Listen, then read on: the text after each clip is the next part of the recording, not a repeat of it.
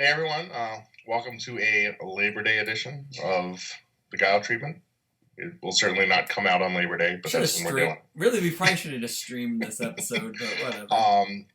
We just had a PTC this past weekend in Slidell, Louisiana. Mm-hmm. Most of you probably also had your pre-releases if you are near a Premiere store. Mm-hmm.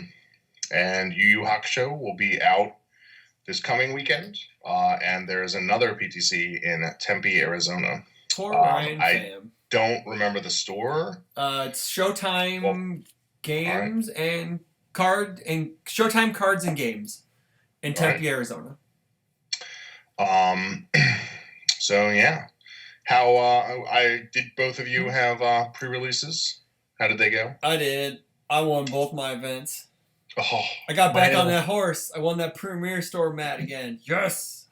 Mine is on Tuesday. His is, it's like tomorrow? Tomorrow as of recording, yes. So all of my local players drove up to Omaha for pre-release, so we decided to shift hours a little bit later, not only so that we could have our players here, but so that it got a little bit more time on the event page, because we only just got our kit, because we weren't sure if we were getting it yet, because we're kicking up a new community here. We didn't get it until Wednesday last week, and so we were like, it's a little short notice if we do it on Friday, which was the only day we could do it.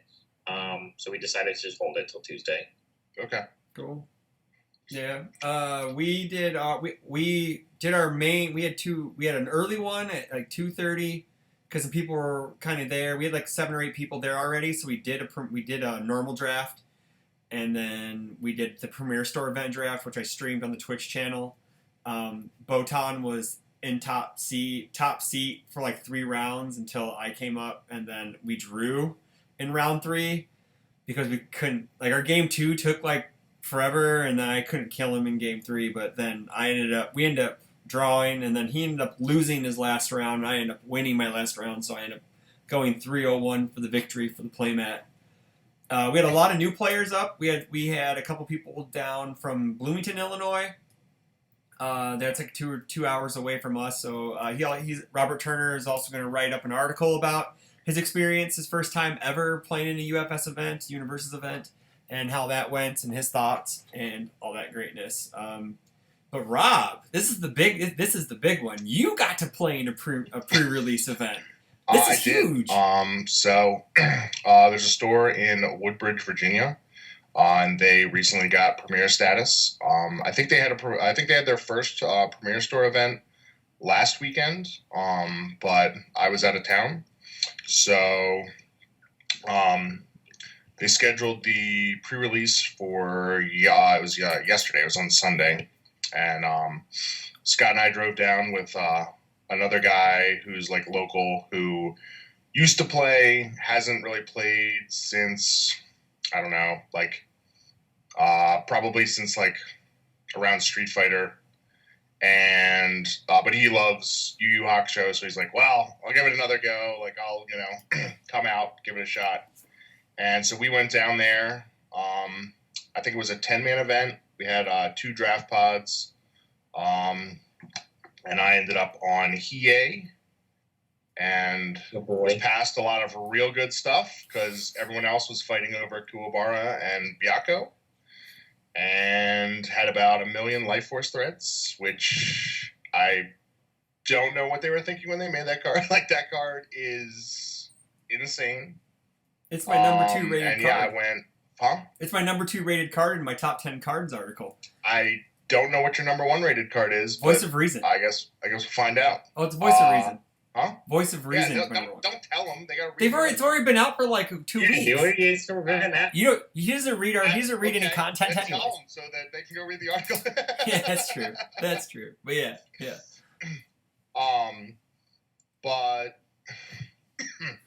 But yeah, I ended up going 4-0. I don't know. It was sort of I don't know if it was just the matchups or whatever. Like, it felt like the ability to add a bunch of speed to stuff was really, really strong and like limited. Yeah. And just because of having like life force threads and like hate fish were so high damage, like base damage, that you really didn't have to worry about pump that much. And then, of course, like when you hit someone with one life force thread, you're going to hit them with that every single turn for the rest of the game. Yeah. Because I guess like unless they block it with what, like protecting Yakina? That or precise blow. Yes. But those were in short supply. Yeah. So my first draft, I had Rando. I had 9 life force threads, and I drafted every protecting Yukina I saw, so no one could play them against me. Which I was playing him in Hiei, and I was playing him in Rando anyways, right? So and then I got past a reduction. Did you actually play 9 life force thread though? Why not? I only had my other attacks were a reduction and a Rando spirit gun and 3 the Shikiyama Burai baby. Okay. Rapid speed slash. Yeah. Okay, I was just right because I actually drafted 7 and then I only played 4 because they had knock blocks and they were 5 diff, and I was like, if I get 2 of these in my momentum, they don't help anymore. So technically, I was rando, so I didn't get to play them by momentum like you. So, but there was a reduction coming around to me on the opposite side. And the dude in front of me took it because we were all joking around. Because everyone kind of figured out that I was drafting every life force thread, so they figured out it was either Hiei or Rando.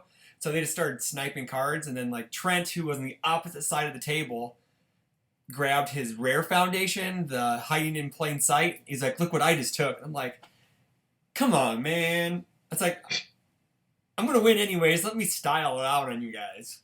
So, but, I don't know, like. I kind of like the idea for Rando, though, just because, so every time you get that momentum, as long as you started the turn with 1, like, and your opponent's in desperation or whatever, like, the 5 diff doesn't matter at that point anymore because you're getting the +1 to your check. So, and like, you can get away with it in that deck. It requires a bunch of moving pieces, but, like... Same thing if you have reduction, too, you're able to just do the same thing and just extend your string out and all that fun stuff. Yeah. I actually had a reduction as well. Like, I drafted one, and it didn't end up making the deck. Sure. So, like, I thought, it was the same sort of thought. Like, 'cause I actually did have, what's Hiei's ultra rare? Rapid Strikes. Like, Rapid Strikes or whatever. So I opened one of those, and I was thinking, like, oh, well, this goes really well with that if I, like, giving, like, +2/+2 to all the multiples. But at the end of the day, it was sort of like just having, like, a 1/1 that, like, clogs up your progressive, just like didn't make sense. Yeah, and Rando, it doesn't. It doesn't Rando. Because if you use the check thing. My first round opponent in that first draft was Trent playing Byakko. I did 35 damage on my turn 2. It was awesome. I know it didn't kill him. It was awesome though. And then he turned around and did like 27 to me and failed his last check, and then I blew him. I killed him again. It was a lot of fun. That match was a lot. That's right. Because you had 30 life. Yeah, I know. It was great. It was a lot of fun. And then there was another match where I won with only like 5 cards in my deck, and because I had played so many cards and cycled, and it was just nuts. It was a lot of good matchups, a lot of fun times, as always. So, yeah. So, yeah, I know. I have like the early. What? How was the new Mulligan rule for drafting? It was fine. The new Mulligan rule is the same Mulligan rule. Draft is still turbo mulligans with selective. Oh, it is. Draft. Oh, we were playing it with the normal with standard mulligan, and it was fine. They didn't read the sheet. You're supposed to do the new one now. Yeah, you're supposed to do the new mulligan rule this weekend. That's not what the sheet said. Oh. It's still draft. It's still selective. It's like whatever. It's okay. It doesn't matter. I guess you could do it however you want. Whatever draft you want to do, you can do it. It doesn't matter. But yeah, congratulations though on your win. Yeah. It's fantastic. What did you think of the cards in practice now, since you have to play with the cards instead of just talking about them? I mean, there's definitely like some interesting stuff in the set. I don't know. I like the early returns I've seen character-wise, like that are like winning events, like is kind of all over the place. I've seen like some Kuwabaras win. I've seen some Byakkos win. Like obviously, like at ours, like PA seemed like ridiculous. Yeah, there's not a lot of speed hate in the set, so I'm not surprised that he took one. In ours, Karama came in second, which, like, I don't really know. I haven't seen that getting played like elsewhere necessarily, but you know, he definitely had. It's like if you can get a bunch of copies of like Friends and Rivals, like Yeah. you know, your opponents end up just like tapped out because they Mhm. didn't respect you. So Very true. Very true. Yeah. It's just who else? too, isn't it? Honestly, like I feel like the one that has the least result wise might be like Botan, Mm-hmm. and her cards, like I don't know, her cards are interesting. I know, like I feel like stat wise, they just seem for the most part below what kind of everybody else in the set has. Mm-hmm. And especially because she doesn't really have pump. You know, like it's not like she puts stats on them. So Yeah, like, she burns you know, you. Byakko Yeah. has like some like you know like a couple small cards, but he puts like 1 billion damage on them. I mean, like I think the only one that she has that seems like pretty big is what like Ore Strike, and that's an Yeah. ultra rare, so Yeah, like it's can't like- really count on having like that. 7 damage or something like that. Yeah, but I mean, I imagine like her being able to like turn on her foundations pretty easily is good. I know I like the 2/4 that like readied if your opponent discarded a card. Mm-hmm. And obviously like her zero diff is crazy. Yeah. It just like lets you dig. So Cool. don't know. Bear gets to look forward to all this tomorrow. From what I heard from CJ, who won one of the drafts up in Omaha, is Botan actually helped him win the game because he would help her, or she would help him dig for more attacks, essentially, Sure. or even just dig for better blocks. And like on a character, he was playing Byakko, so he was a 5-hander, so his hand was already selective, and she just made it better. Yeah. So. Yeah, I played against a Botan, and I had no cards in hand as Kuwabara, and he activated Botan stuff, and I got to draw cards, and that was sick. I was like, cool, man. I got cards in my hand now. Yeah. It's definitely interesting because, like, the opposite scenario of the results of these drafts are different than like the opposite of what I've thought for like the way they're going to impact the actual metagame, right? Because like I think Byakko is still the worst character in the set, but I guess he's great in draft because the big thing in draft, like I mean, in draft, it's like when he's just like putting 5 damage on everything, and people's block zones are sketchy. Like he's just gonna like. Whatever, like Mighty Roar. Like if you play that and the person doesn't have a high block, you win. You know, it's like yeah, you mean powerful 5. Like you're gonna put like 1 billion damage on it. Yeah, and massive blow. Partial it. Yeah, massive blow is really good. Yeah, that card's great. And then it's other things like I thought Botan would be really good, but then for draft, when people aren't sculpting because you're just kind of get what you get, basically, based off how you build your deck, she doesn't really do the purpose that she's meant to do, and you just end up helping your opponent more than hurting them. So, it's definitely interesting to see them, and I think when, obviously, we start, like, this PTC, because it's technically legal for it, we might see the complete opposite shift where like nobody's going to play this guy, whereas versus Botan might see more plays. Yeah, Botan could see. I think she would always lend more to a constructed format anyway. So yeah, I mean Byakko, like I think his biggest thing is going to be overcoming just being like a natural 5-hand size. You know, like. Kuwabara at least has like a little bit of free build, and then like once he's in desperation, he can start picking up like attacks or blocks or whatever. And Byakko is just, you know, it's sort of one of those things like he's like a 5-hand size, like and like Goro's like a 4. Like they put similar amounts of like damage on stuff, but it's like Goro gets to like sculpt his hand every turn, and like Byakko is like I get an extra card. You know, so he doesn't get an extra card. He gets a guaranteed check. Yeah. I mean, well, he's a 5-hand size, so. Yeah. Oh, yeah. So that's right. I think that'll sort of be. I mean, I feel like the stack like is completely irrelevant in draft because you're you know, it's like the only scenario is maybe you get to put like 1 card in when you have like 1 or 2 cards left in your deck, as long as like your hand and staging area and momentum contain like less than 10 cards, which is pretty unlikely by the time you go to cycle. I mean, it's basically impossible. Well, it's even it's even less than that because you had to check cards to play those ones that are there, like in your staging areas. Trent did the stack once Okay. against me. He did the stack once because he had one card left in his deck. He's like, well, I know I counted. I'm like, yeah, you should be able to do it now. And then he cycled, and then he tried to do it. He was counting again. I was like, you should never be able to do it. After your first cycle, you're never going to be able to do it again. You just can't.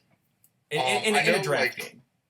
That could end up like somewhat interesting. It just depends on like what there is, you know, like if you have some extra draw. I mean, you know, just something like you can stack an Artifice Avarice to draw something randomly. Now, you know, if you have something like Bonsai Enthusiast, you know, just something that's like, or whatever the one diff movie star, you know, where it's just like commit, draw a card, sure. Like that could definitely be like useful like later in the game. But again, it's just kind of one of those things where your best bet is definitely just the fact that mill 3 to put like +5 damage on everything is nuts. Yeah, it is. Yep. So very true. All right, cool, man. Well, have fun at your pre-release, everyone named Barrett. Yeah, that's me. Yeah. And my group, my Kansas City locals. Yeah. Pretty sure they're all excited for that. So well, they've already played in drafts in Omaha. So. You're gonna get your butt spanked then, eh? I'm getting smacked up. All right, so Slidell PTC. Let's go over points real quick. Looks like Rob was the big winner this weekend, picking 2 of the 4 or 5 categories we had. We had a bonus question. He won with the 16 attendance number. They had 20. He also won with the diversity. So did Barrett. Barrett got the diversity point. I picked the winner, Ashley Fullerton, playing Lord Raptor. Off of Fire this time. Very excited to see the deck being innovated on instead of just piloting the same thing over again. Also, just as a quick notice, you know, we talked about it last week, how Air was just on the down. Yeah. The world champion has abandoned Air to go to Fire. In favor of Fire. Yes. Like, that tells you all you need to know, people. Air is dead. But just to follow back, Barrett's in the lead with 12 points. Me and Rob are tied with 11. And since we haven't had a guest on in a while, they're at 8. So they may for US Nats, we're gonna have a couple people on, so they may be able to pick up some points there. Are we having anyone for UK Nats? Nah, it's gonna be too hard. Okay. It'll be maybe after it. But usually they can only come on the weekends, and that's kind of tough sometimes with everyone's schedules. So we'll have to figure that out if we do. So, or Mike Hardman can just win it again, so we can just have him on, and it's a lot easier that way. So I don't know, whatever. Or someone in the States can win it. Go Tim Keefe, win another character. There we go. JJ, win your first card. Could have Miles Tyler too. He could be, or or Shane, or Shane could do it too. One of those guys, any of those guys. So Ashley's deck was off of Fire. She had added in, she got 1 new flash attack, Jagged Barrage, from. That's not new. Like new into her deck. She got. Okay. That's what I meant. Like not. It's like a new non-flash attack. And she also added in Shira Yukon into the deck too. I mean, she got that and like lost like kneecapper. So yeah. Oh yeah, I know. It's a trade-off, I guess. I don't know, 4 damage or more unblockable if they play 4 or more, which seems pretty good. Hey, I mean, kneecapper's 4 damage and it's 3 difficulty, and if they block it goes away. Yes, that is also true. Yeah. All right, but it doesn't have like Breaker a Million on it like Jagged Barrage does. So it's true. Sure, it's true. So she also got some cool defensive pieces switching to Fire, like Dark Side of Karma, Kieran Soul, which kind of like we talked pre-show, replaces Ophidiophobia in the deck. She also gets Captain's Discontent. Captain's Content. I thought it was Captain's Discontent. I don't know. It's wrong on the list, Rain Fam. It's the Zero Diff Jet Foundation that flip, you is get 2 on damage. Flip, yeah. Like plus or minus 2 damage to an attack that has keywords. Yep. Yeah, so that's some free damage. She also gets Initiate Launch, which is kind of nice because if she's blocking, she can activate the breaker and ready it. Yep.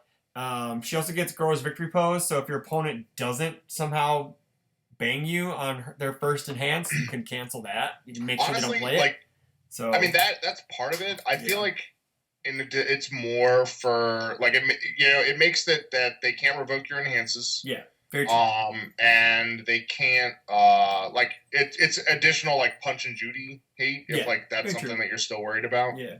It gives her low blocks too, by the way. So I actually think it's pretty stylish to just like because she has a non-flash attack in the deck now, she can actually just use it on her turn too, and she's not playing blue cards. So like on the really clutch, I'm gonna play this Shinrai Ryukan, and I'm gonna stack this. Like I'm gonna try and do all the stacking. You flip it here, and you're like, you're not gonna stop me on this setup attack because that's pretty much what Shinrai Ryukan is meant to do in the deck. It is a setup attack for something else that's coming.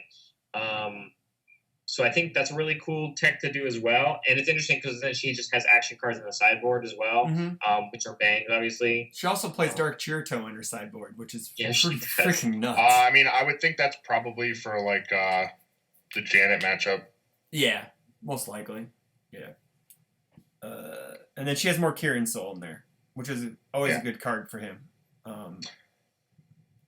I know, like, what I was saying is, like, the one, I mean, the big thing, so, like, I guess a couple of the big cards are, I mean, you said, like, Initiate Launch. Bonsai Enthusiast is really huge defensively because all of your attacks get Breaker 2. Well, I guess except Shirai Ryukan. But with all your flash attacks having Breaker 2, that can then is, like, flip for like +1 to the breaker, and especially like Jagged Barrage, which already has breaker 1, it'll increase both. So I mean, Jagged Barrage with 1 Bonsai Enthusiast is breaker 5, which is massive. If you have 2, it's breaker 7, and if you have all 3, it's breaker 9, which basically is just the end of your turn. The one card that I was a little surprised was no Water Boils.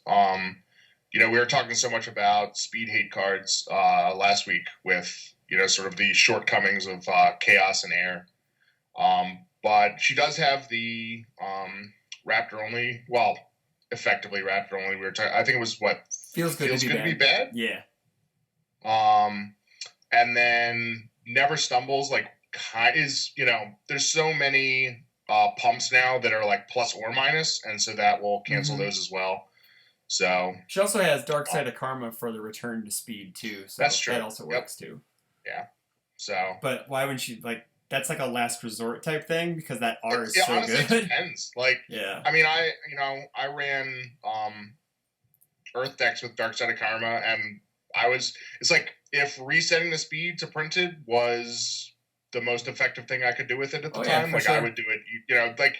It wasn't like I was like, oh, I really got to hold on to this for something good to negate. It's just like, if blocking this and not taking, like, you know, 8 or 10 damage is going to, like, you know, basically if resetting this is going to save me, like, double-digit damage, like, of course I'm going to do it. Sure. So. Yeah, I agree.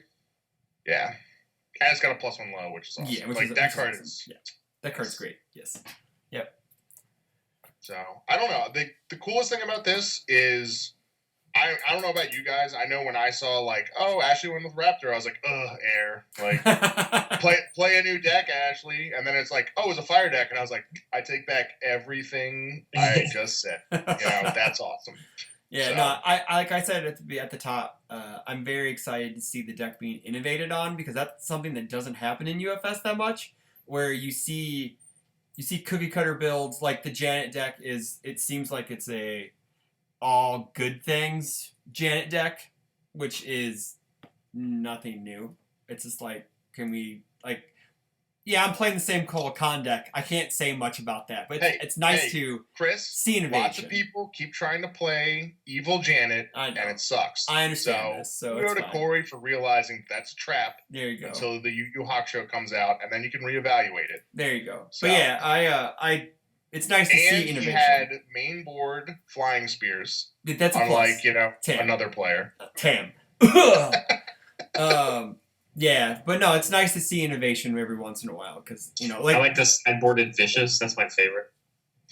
Oh, that's cool. Yeah. So he could. Cathedral standoff, by the way. Yeah, very true. Hey, he's playing Solomon's Teachings. That's good.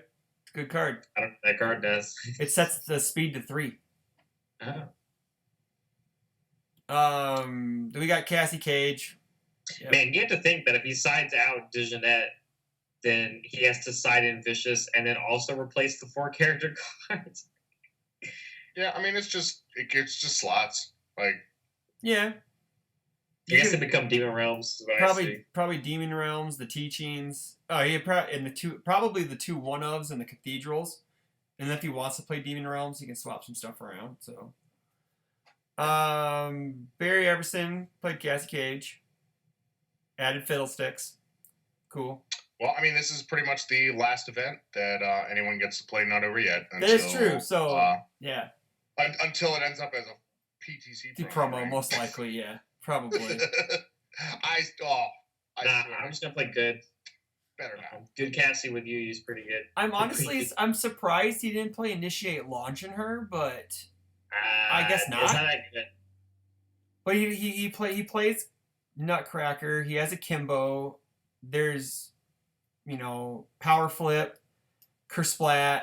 There's also Black Serpent. Those all have keyword abilities. So Black Serpent is basically the only one you're gonna really get that off of. Okay. Because Power Flip's stun, so you'll get. Yeah, Power Flip has stun, and Akimbo has EX. So you're right. So Power Flip. Okay, Akimbo has EX, but if you are using EX1 to ready a foundation, what are you doing? Well, I mean, on the off chance you're using the EX, you're probably killing your opponent with it anyways. But I'm just saying, in general, it's another keyword ability that could ready it.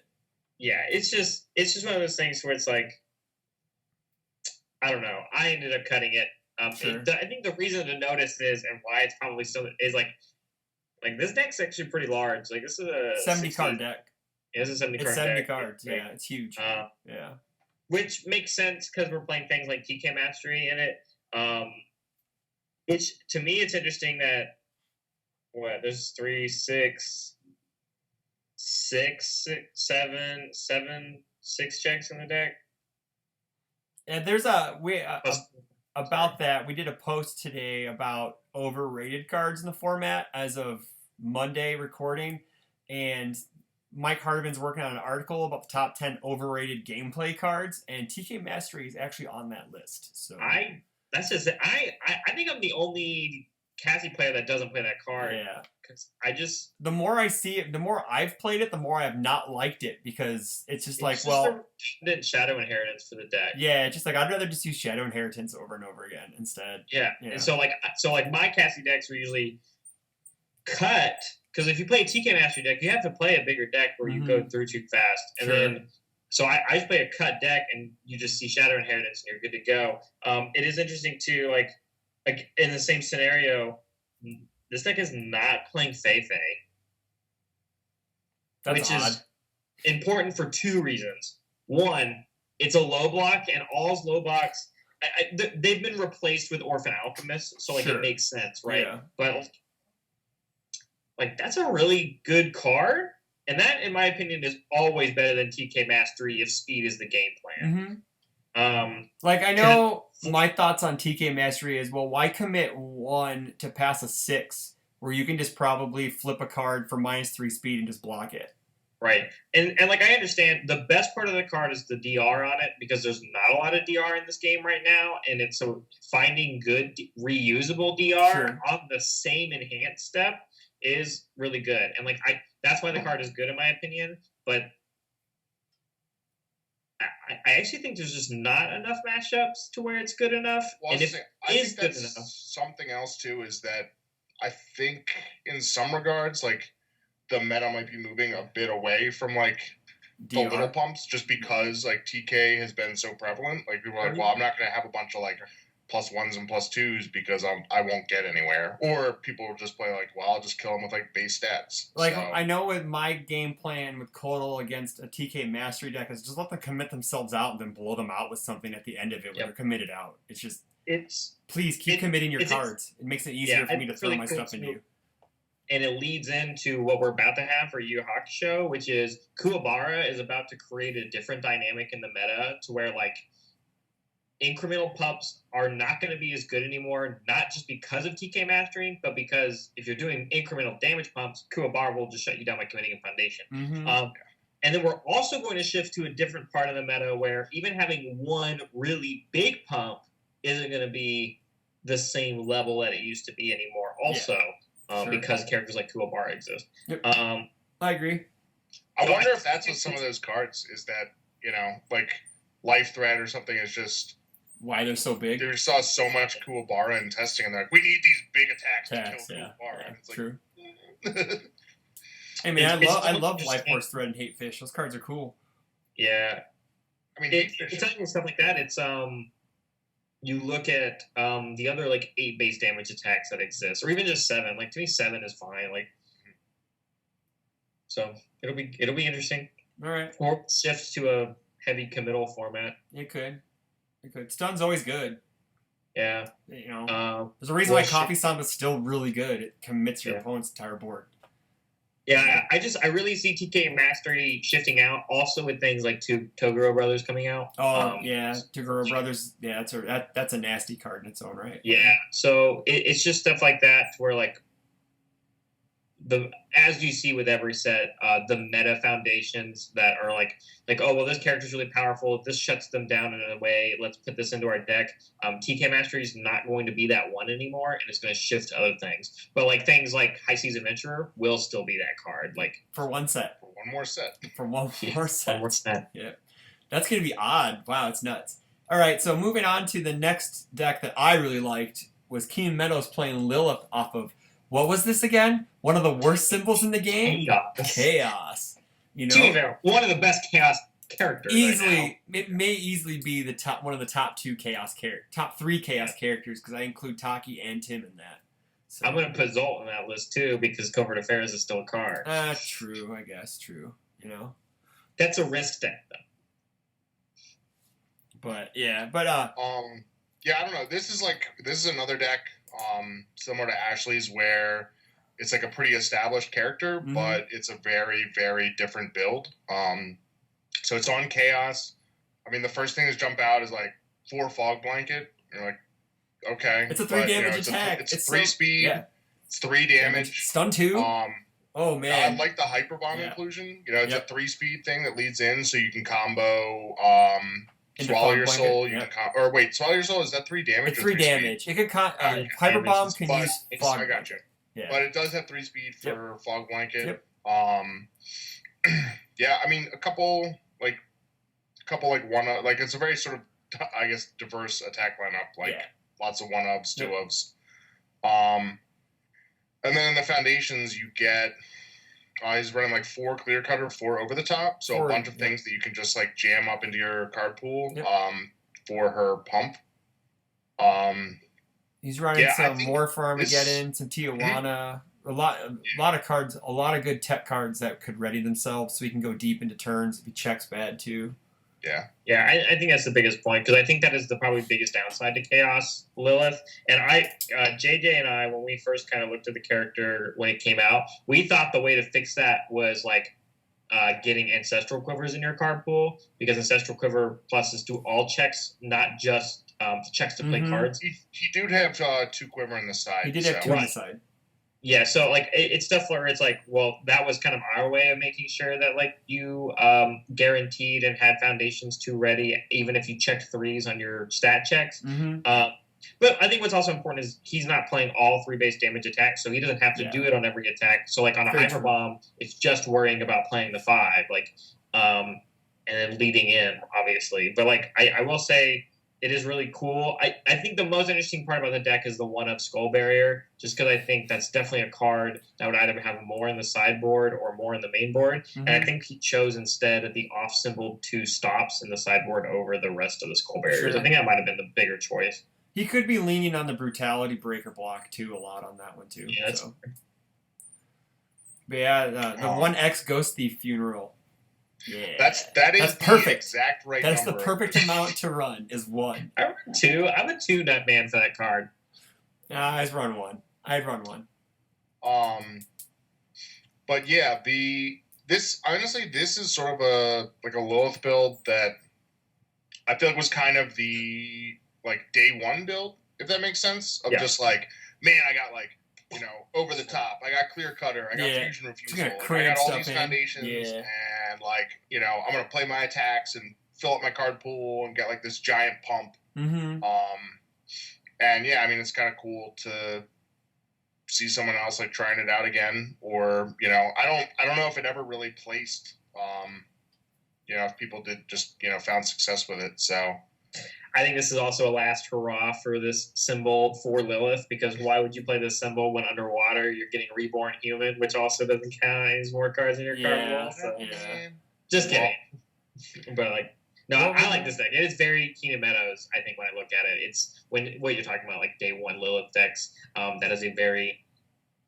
I'm gonna say you with this 15 damage attack, basically. I have all this cards in my card pool. Yeah. Yeah, I mean, this definitely seems like it's one of those ones where just like, right. I mean, the 4 of attacks are Fog Blanket and Swallow Your Soul, which that can't go wrong there, sounds man. exactly like And we're still even just talking about the aggressiveness, but he is also still Lilith and can steal one of your. He has Rare Light in there too, which I'm surprised it's only 2 copies, but I can see why he cut it down. It's a 66 card deck, so he doesn't want to. At least that's pretty good because you're making all those checks. So, and then I mean, I know like Castaway and Forgotten is just nuts. Yeah, that card's great. Yeah, that card's fantastic.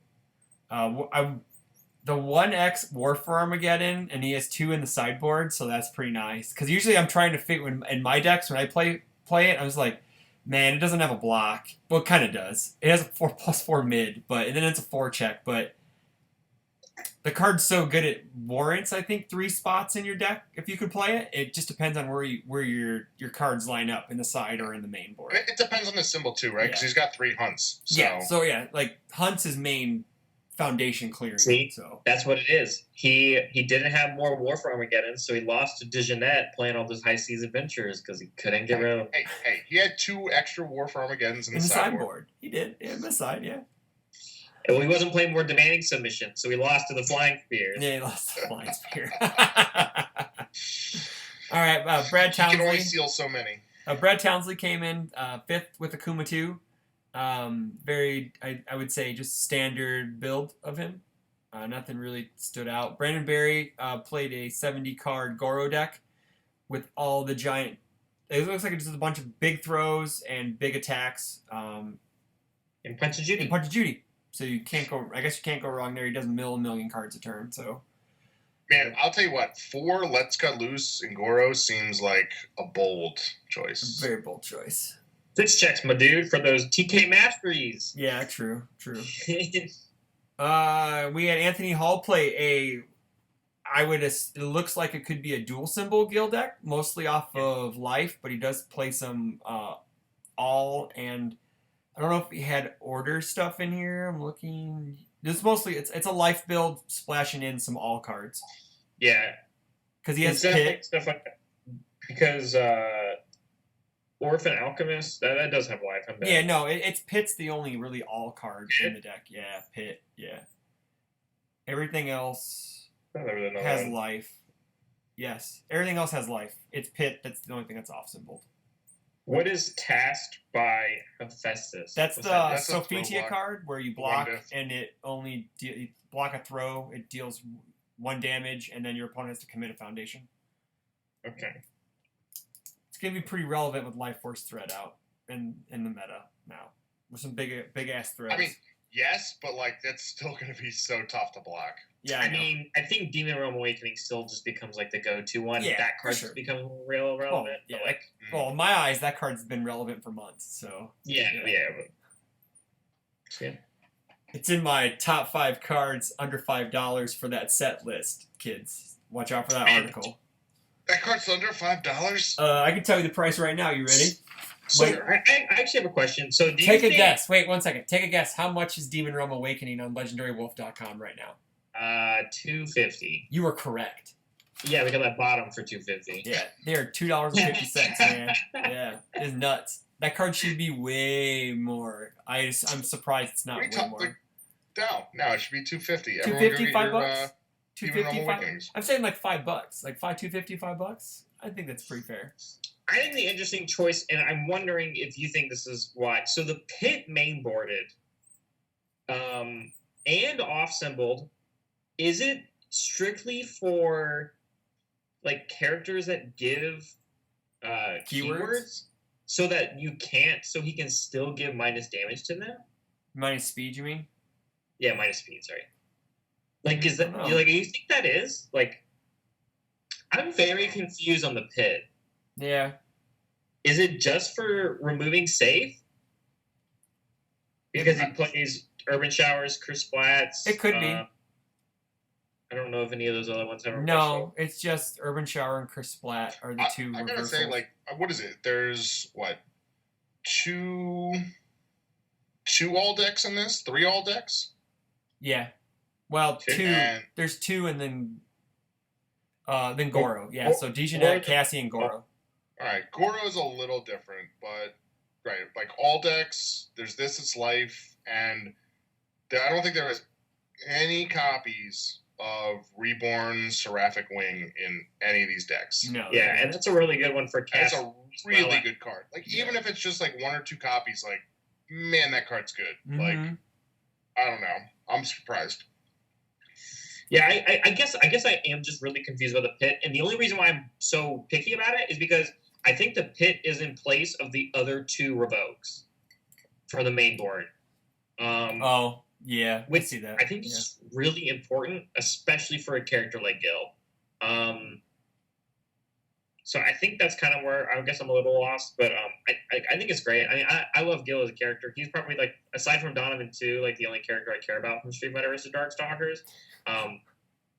But, like, it's just, I guess it's confusing. I would have to ask them personally, like, what are these things for? Sure. Yeah. And then moving on, we got Jesse Parkman, not to be confused with Jesse Pinkman, playing a Spike 1 deck off of Death. My one, he is playing a pit. At least he's playing the stage kill. He's got the stage kill. He's got the stage I was kill, gonna say, man. if you're running pit, you should just run 1 stage kill. One run stage kill. It doesn't hurt you at all. Yeah. But he's playing 4 Voice from the Abyss, which seems maybe like a lot. That's the. Well, I don't actually think it's a lot. I think that's the easy replacement for Laser Trident that people were playing, because I think it just does more.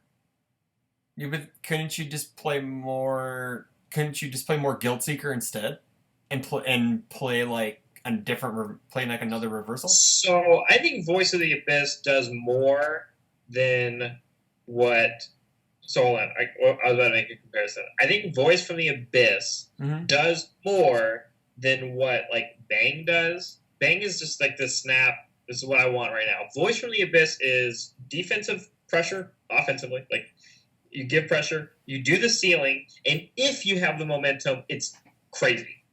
Well, true. Whereas, and I think the problem on why he wasn't playing more Guilt Seeker is if you don't have the momentum, the card is incredibly weak. That's true.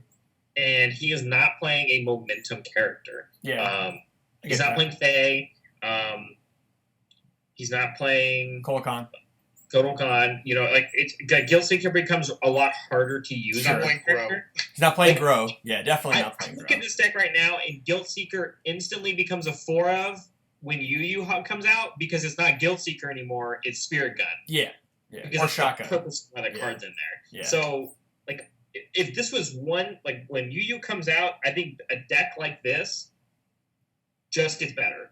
I don't even think you play Spiral Divina and then Zuna Drop. You end up playing Spirit Gun, Spirit Shotgun, and maybe something else. Yeah, I mean, Spirit Shotgun, maybe I don't even think you need in a character like Spike 1 because you have Vengeance. So, like... And, like, you can just do them both. Why not both? Because he struggles with progressive a lot. You're not going to be able to slam 3 or 4 attacks in a character like that. But he gives specialized ammunition, boys. Yeah, there you go, man. Do specialized ammunition. I don't know what that card does. You commit it if you have 2 or more face downs, your next range attack. To your next ranged. Yeah. Your Spirit Shotguns are on, like, 5s instead of 7s. Yeah, but Yusuke does that for you. Yeah. Oh, yeah. You get to do it multiple so play him. Yeah, you do both. Foundations. Yep. Anything crazy? The Kieran Souls. He gets Kieran Soul off of Death, which is kind of nice, you know.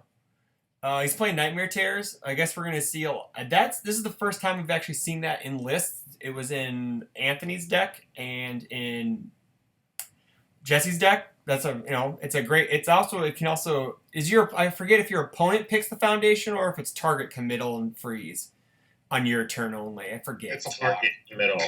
Is it target committal and freeze? It's Yes. a block. I don't know what you I guys understand do. that, but if you have to build it, it's target, committal, and It's freeze. target, committal, and freeze. Yeah, so that's actually really relevant nowadays. So For a flip, right? Yeah. It's just flip. yeah, Yeah. So like it's Yeah. pretty good. it's not bad. Yeah.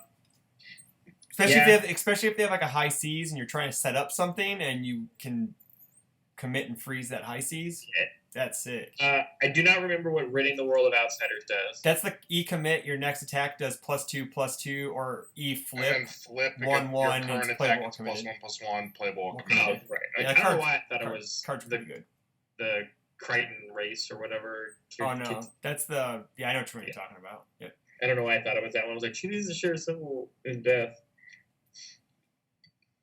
Celestial Beam, that's still a relevant card, especially if you're playing some reversals. It's going to be more relevant. Yes, it will be more relevant. Yes, it will. Wait, which one? Celestial Beam. Oh, yeah, the card's crazy. Yeah. It's going to keep that Siriu in check. Yeah, that card's about to be as relevant as it was in Bebop format because if people are playing Ice Dragon Siriu, it's really important. Almost every deck has reversals now, so it's good Let that way. me tell you about Ice Dragon Siriu and the turn 2 possibilities that could happen. That happened to me in the Premier Star pre-release. Hey, I got a question. Yes. Did you win?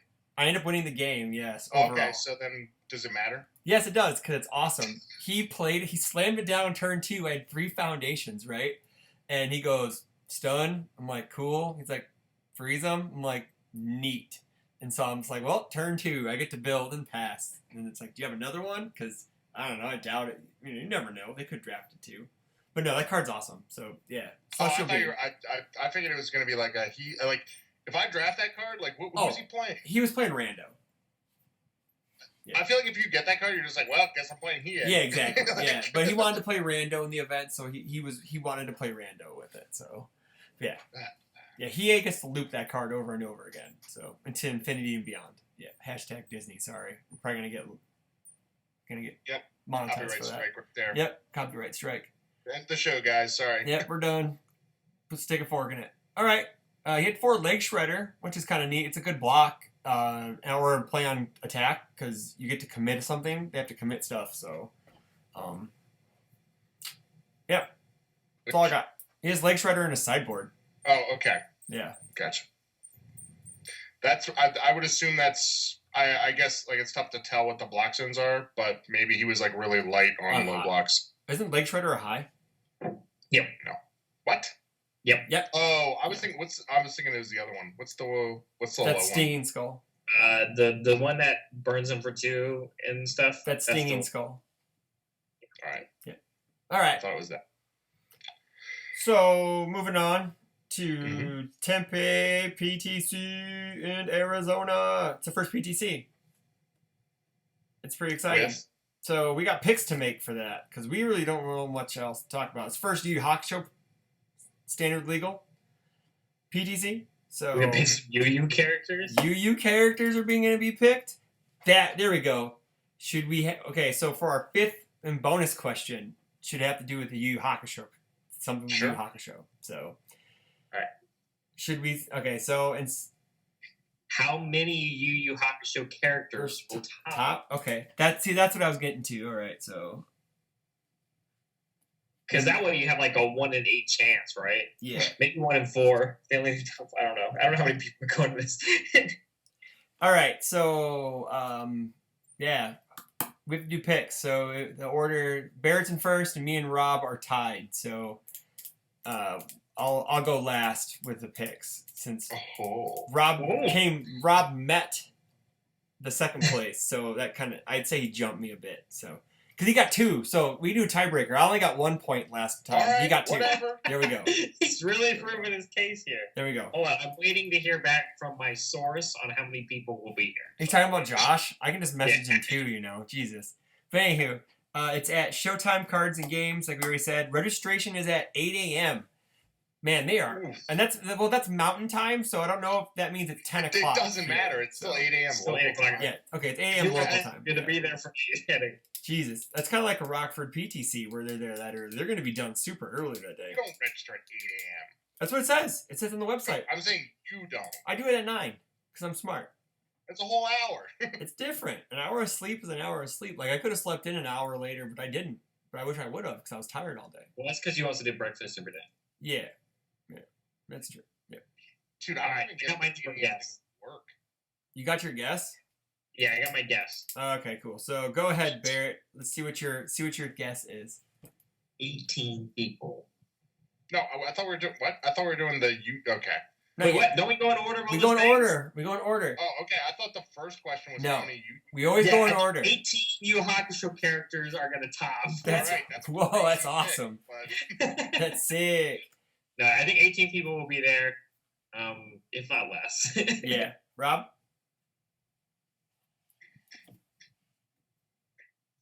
I see. I have no idea how big the local is. I do. I have a number.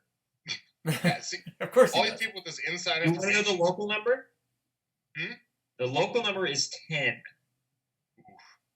Vegas is traveling. I just don't know how many people, and I know The some thing California is, like, yeah, people I mean, are like going. Vegas, like Reno, like I just don't think that those places are really that close. Like, you go out there and everything's like, oh yeah, like these are close, right? They're just like one state away, and it's like, yeah, it's like a 10-hour drive. And I underestimated with the number that Josh gave me. Oh, he's gonna hear that and be sad because he watches our show. Thank you, Josh, for Yeah, I watching. didn't know that. I'll say 21. Oh. I'm going 1. Ooh. The bold, the Yeah. bold undercut of everyone. I don't like this. We should make a new rule. No one guesses. Hey man, it's fine. If one shows up, it's not a Barrett. It's only You happened. had so many opportunities to take one, and you It's never only did. So happened I played once. this game for legitimacy, not for some bullshit. You're the person. Again, you're the person on Price is Right, where it's just like, and what do you think the price is? And they give a legitimate guess instead of just getting the free point. Yeah, I'm So, taking and the you're free still point. in first, so you I know need what? the I don't free wanna hear point. it. I need the free point. So, character number 1. I'm not last. I guess I am then. We're gonna go vicious. That's not who Josh is playing. Okay. Damn it! I thought Josh was playing him, but oh, well, I know no who biggie. Josh is playing. I'll pick Josh. Of course you would. I'll go vicious. I'll stick. No, wait, hold on a second. I'm changing it then. What? No. Yeah. No. It's my show. I can do whatever I want. No. I'm in last, man. I need the point. I don't- He's not even in last. You're tied for last. No, I'm not. The guests are in last, but I'm tied for second. No, you're not in last. The guests should be able to get their takesies backsies. Go ahead. Whatever. Rob. Go ahead, Rob. Wait, did he take Vicious? Yeah, I'm taking vicious. I'll stick with it. It's not a bad thing. We shamed him into it. Yeah, you did. You did. Character. Man. I am not prepared for this at all. Of course you're not. We're never prepared for this. I don't think a new character's gonna win.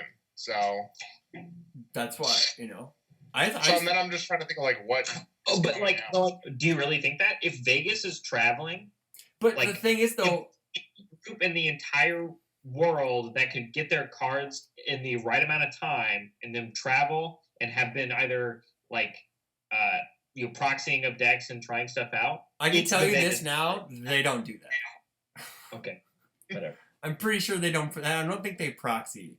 So, but I could be wrong. So, but that's also another thing too. Is how long of a drive is it from Vegas to Tempe, and they may not be able to get their cards because they have to be there Friday night. And if it's like an 8-hour drive, they may not be able to get their cards beforehand.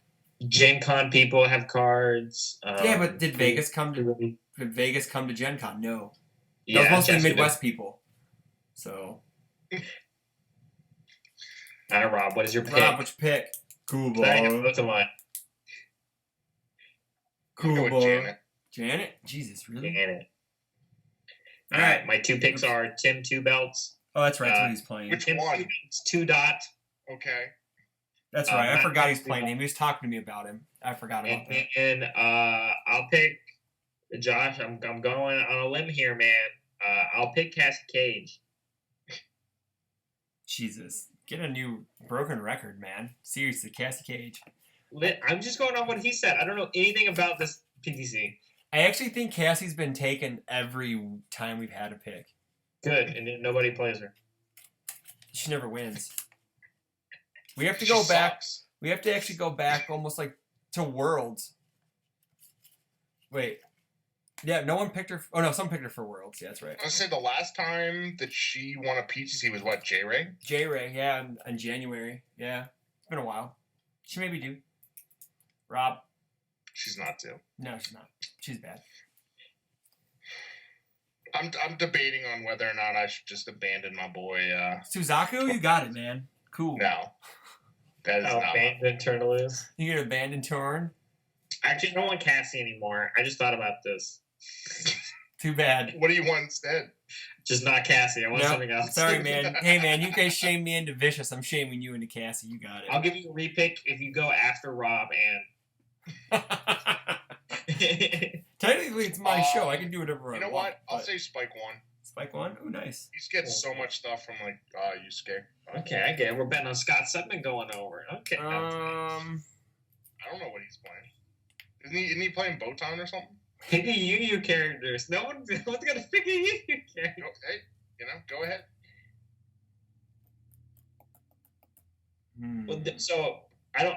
So he didn't give me a lot of info, but the reason why I don't know if I want to pick Cassie is because not every will not be legal for this anymore. And so unless they were already playing something else, I have no idea because I don't know anything about this deck. I don't know. Shit.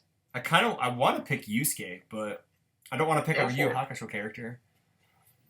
Yeah, I'll go with Yusuke. I'll go with them. So you're swapping Vicious for Yusuke? No, I'm going with Yusuke as my second character. Oh. Awkward. I forgot you got another one. Yeah, I get Yusuke. I got Vicious and Yusuke. I got the end of the alphabet. There you go. You know? All right. If we had three guys, that just takes us all I'm sticking with what I got. I'm not changing it. How many diversities? Oh yeah, diversity. You know, Turn Loose is gonna win, right? Yeah, because no one's picking him. You so got that. Upset. Yep. I'm gonna 0. Yeah, I'm gonna go with 0. I'll say 1. Oof. That's Let's say up in last. Bold pick. Or it's how I end up in first. Bold pick. So how many Yu Yu Hakusho characters are gonna top? How are we doing this in order? Okay, hold on. What clarifies? What do you mean?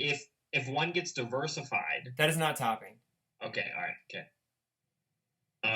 I'll just go first. I think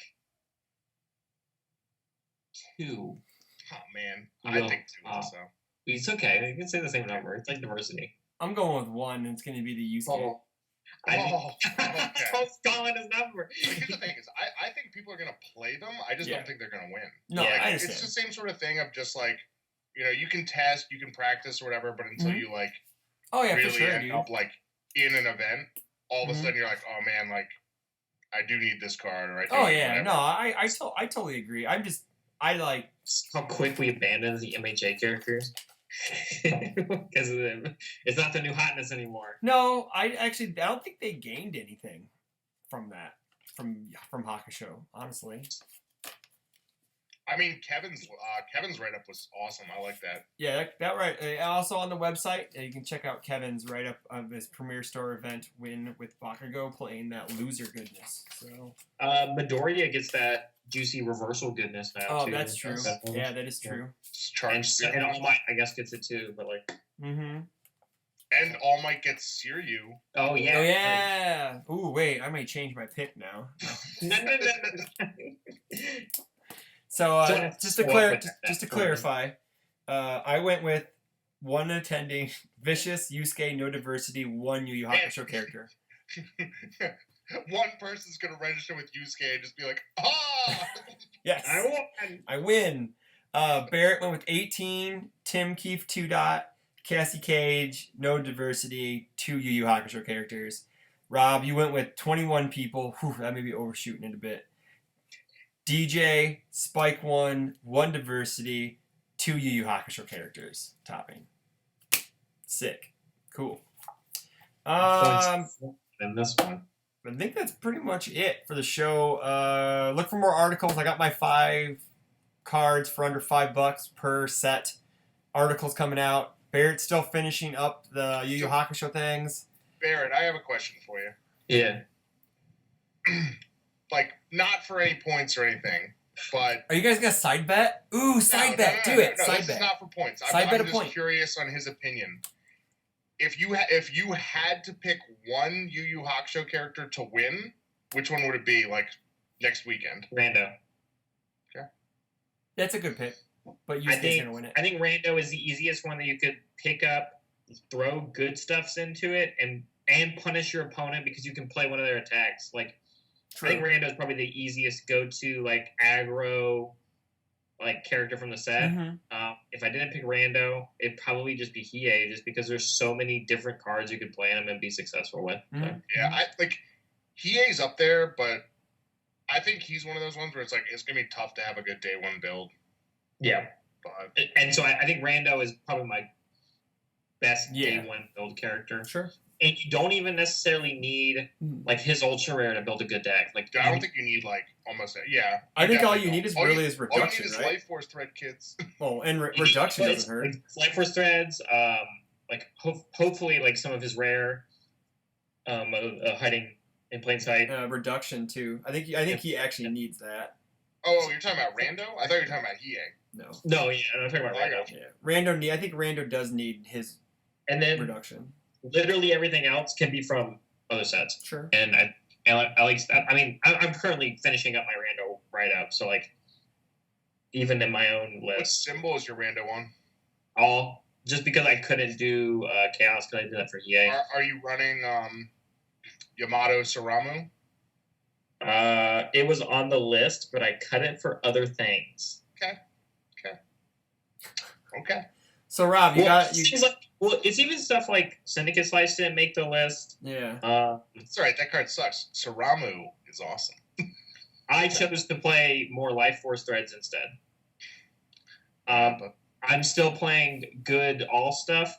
So again, all the decks that I write for the brainstorms are focused around their mechanic, and his mechanic is your opponent being in desperation. So in my version of the deck, goes through Funerals of Fora because that deck or that card has a benefit of. I think you actually would run at least 3 or 4 in him because that is more of a benefit because that's an 8 mid 8 destroy one of their foundations. That they don't block it, they take 11 or more. I also felt I would have been very hypocritical about Ice Dragon Siryu if I wrote all these brainstorms and put that card in 0 of the decks so Rando got it. I didn't put it in Hiei because I cut for the Firefly Gunner kind of mechanic instead.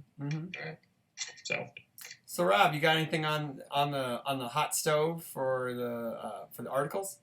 Anything yet? Nah. Okay. We'll figure it out. We'll figure it out. Yeah, I like. My other one hasn't come out yet, so. Yeah, it comes out tomorrow, Tuesday, as of recording. So a nice Dr. Doom shirt, by the way. Oh yes. Sick. Yeah, I have that article. Church is his symbol series is continuing this week after a few day break. He has the death symbol coming out on like Wednesday, so the day before this comes out. So yeah, because this comes out on Thursdays. So that's pretty much it. We got UK Nats next weekend. We'll hopefully maybe be able to pull someone from that and see, get their spiel. Maybe the U.S. team finally, maybe the U.S. team wins teams and we get them. That'd be neat. That'd be cool. Or Tim Keefe wins another character. That would be fine too. He's in the Hall of Fame with the Guile treatment, so he hasn't been on in a while. So the Hall of Famer. The inaugural class. Yeah. Him in Church. You hit the Hall of Fame. You have to be on the show multiple times, more than a lot. Hall of Fame? You're on the show now. God, shut up. Are you in the Hall of Fame? I don't have I can't be. Because I own it. You gotta retire first. I have to retire first. I am gray enough to where I probably could retire. So what? Hall of Fame is what? Church? And Tim. That's it. Dave's close. I think after Dave hits the U.S. Nats show, he's in the Hall of Fame. So, yeah. But anyway, stay tuned for more of that stuff. Omaha PTC at the end of the month. Me and Barrett will be there. Rob will be at home. I don't know what we're talking about. Will I? What? You're not coming to Omaha. Oh, no. Yeah, see? Yeah. But anywho, stay tuned for more episodes of Guile Treatment. Thanks for watching. Like, comment, subscribe. Stay tuned for more Twitch stuff because I'm doing more TTS on there. And don't forget to follow that. We want to get affiliate super fast for some reason. I don't know. It's all I know. It's a good thing. So, And you want to say anything, Barrett? You want shout outs or anything? Happy Labor Day, even though it's not Labor Day on release. No, I'm just excited. I haven't drafted in a while. Yeah. And I need to. I've mentally hit this crunch time of. This is the latest set for US Nats. So like this meta is going to define what we see, and I think that's really important. And I think because of it, it's like crunch time for a lot of people, and these PTCs really matter. So like, I'm trying to mentally get to that point, and I'm not there yet. So yeah. Oh, I know like the Omaha PTC will be like a mini nationals, kind of like how Rockford was. Sure. It was like a proving ground. If your deck can't win there, you might as well not take it. So that's basically what I'm seeing it as. Even though I'm not going to Nats, so I know. Yeah. But yeah. So stay tuned for more God Treatment, and we'll talk to you all later. See ya. Have a good night or afternoon because we're recording early for a change. Bye.